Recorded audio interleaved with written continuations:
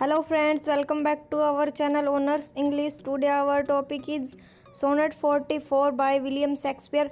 If the dull substance of my spirit were thought.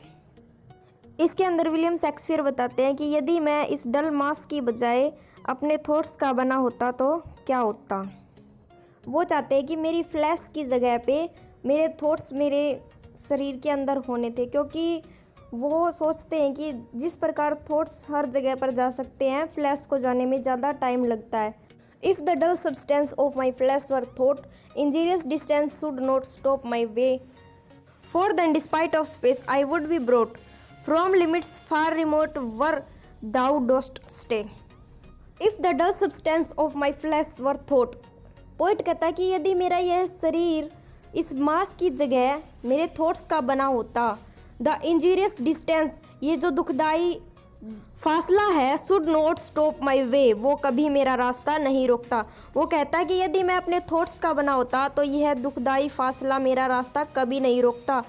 For then despite of space I would be brought, poet कहता है कि तब मैं ये फासला होने के बावजूद मैं खुद को वहाँ पर ले जाता। आई वुड बी ब्रोट, मैं खुद को वहाँ पर ले जाता। From limits far remote where thou dost stay, जहाँ पर अब तुम ठहरे हुए हो। यानी कि पोइट कहता है कि यदि मैं अपने थॉट्स की तरह होता, जैसे थॉट्स हर कहीं पर जा सकते हैं, उसी तरह मैं भी वहाँ पर चला जाता जहाँ पर तुम एट प्रेजेंट में हो।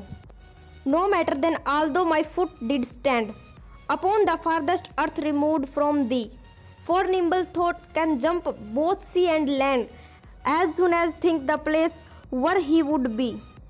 No matter then although my foot did stand, no matter मतलब मुझे कोई फ़र्क नहीं पड़ता कि मेरे पाँव वहाँ पर खड़े हैं।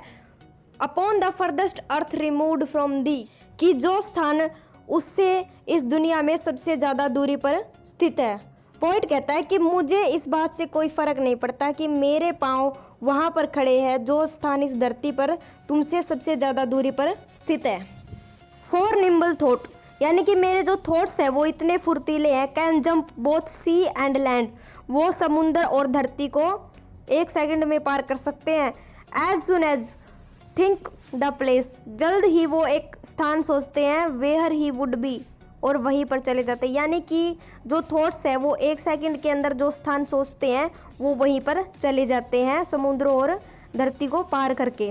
But oh thought tells me that I am not thought to leap large lengths of miles when thou art gone, but that so much of earth water wrought, I must attend time's leisure with my moan. But oh, thought kills me. Poet कहता है कि ओ, मैं यह बात सोचकर दुखी हूँ that I am not a thought, कि मैं एक थॉट क्यों नहीं हूँ, मैं एक विचार क्यों नहीं हूँ। To leap large lengths of miles when thou art gone, जो कि मील जितनी लंबी दूरियों को छलांग लगाकर पार कर सकता है। यानी कि पोइट को इस बात का दुख है कि वो एक थॉट की तरह नहीं है जो कि लंबी लंबी दूरियों को एक छलांग के द्वारा पार कर सकता है। But so much of earth and water wrought, poet कहता है कि मैं सबसे ज़्यादा धरती और पानी का बना हुआ हूँ। I must attend time's leisure with my moan, poet कहना चाहता है कि मुझे जो बचा हुआ समय है वो इस दुख के साथ ही बिताना होगा, अकेले में।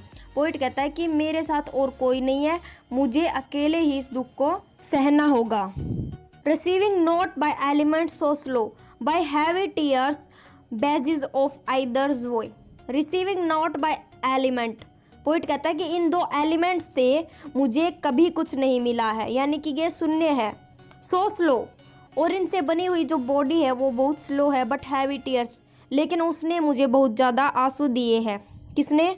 इस आत्मा ने, इस शरीर ने। बेजिज ऑफ आइदर्स वॉय, और यही हम दोनों के दुख का कारण है। यानी कि पोइट ने अपनी बिलविड और खुद के दुख का कारण इस आत्मा को, इस शरीर को बताया है। पोइट कहना चाहता है कि यदि यह शरीर नहीं होता तो हमें किसी बात का दुख नहीं होता। यदि हम थॉट्स के बने होते तो हम कहीं भी चले जाते। तो फ्रेंड्स, इसी के साथ हमारी सोनेट कंप्लीट हुई। बहुत जल्द मिलते हैं एक अगली वीडियो के साथ।